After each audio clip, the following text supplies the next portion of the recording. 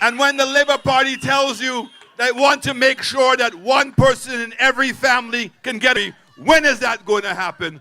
We have decided that education is too important for the advancement of the young people of this country, and we're going to give it to you.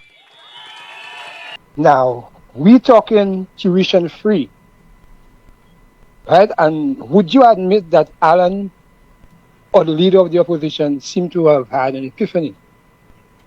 Because it was the same leader of the opposition who asked persons to wean themselves off a government for Sir Arthur Lewis Community College, in that the dependency on government is too much. This is the same political leader now offering up every seeming dream of the average solution. The fourth thing that we're going to be doing under our SOS program is to give free tuition for all of the students going to Sir Arthur Lewis College. Wait, what? Met of all people saying that? Issue is Sir Arthur. And I want the public to know my position. My position is we're spending $15 million a year on Sir Arthur. And it clearly is inadequate. And it's supposed to be running as a private entity. And what we've been trying to encourage Sir Arthur to do, one is to focus on maybe a couple of curriculums instead of trying to be everything to everybody. And maybe look for a partner. So whether you're going to associate yourself to a different program. But the only option that they're looking at now to solve their problem is to raise the price of tuition, which a lot of people are not going to be happy to hear. Prime Minister Alan Chastanet affirms that the government of St. Lucia is not capable of providing more than the $15 million allocated to the Sir Arthur Lewis Community College. The nation's leader further claimed that the college, which was established under an Act of Parliament in 1985, should ideally be self-sufficient. This comes mere weeks after central government apparently rejected a bid from the college to increase tuition fees for the 2018-2019 academic year. Government is not in a position to give more than $15 million.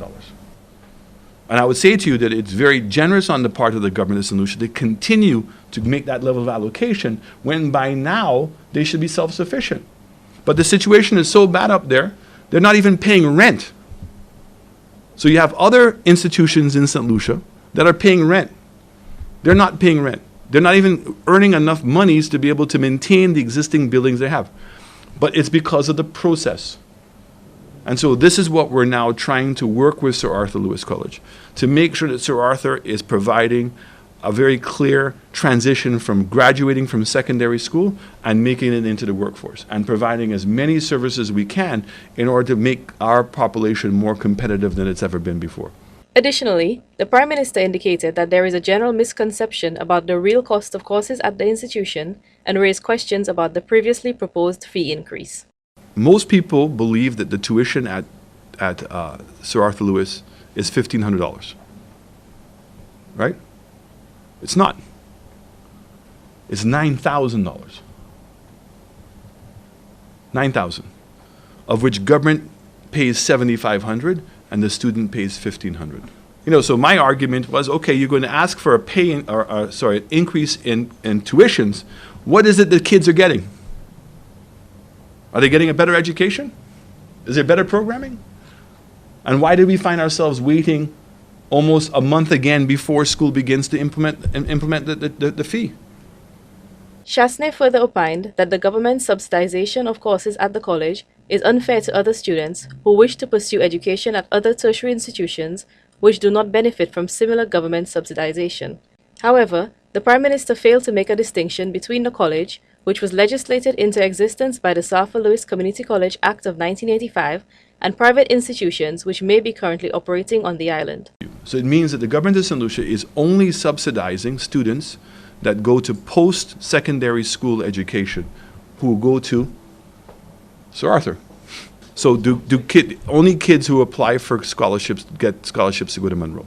So let me ask you a question. What happens if the government changes its policy and says, you know what, anybody who wants to do a post-secondary school education, I'm willing to give them a scholarship of $3,000. And so 5,000 kids on the same $15 million allocation would be able to be resolved. Industries South Parliamentary Representative Dr. Ernest Hilaire is harsh in his criticism of the government's proposed changes to education. He says the plans are elitist and will seriously disadvantage St. Lucians hoping to gain the benefit of tertiary education.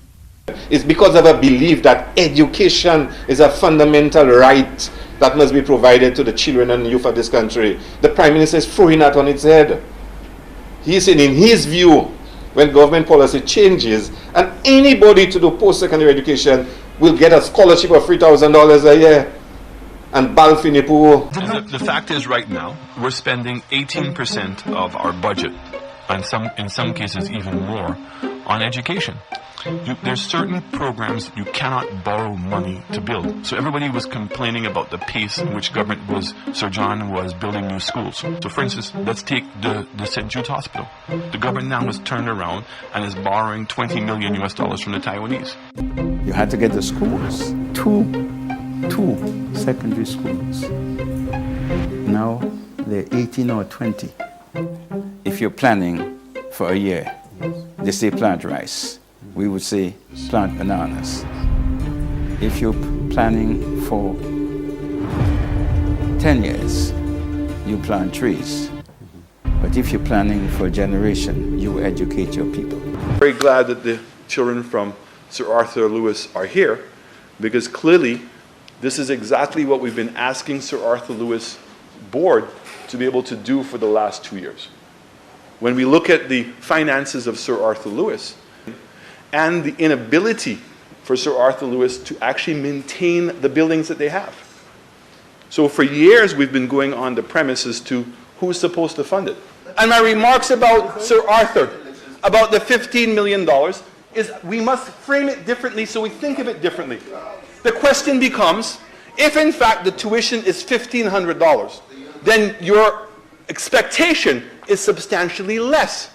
But if in fact the tuition is $9,000, the question becomes, are we delivering $9,000 of worth of programming to the kids? We must have a value for how important every single dollar that we have is. And so I end where I started. Governments do not subsidize our youth to give them education. Government invests in our youth when they give them education. I cannot accept anybody saying to young people, this is a favor we're giving you, we're subsidizing your education for you.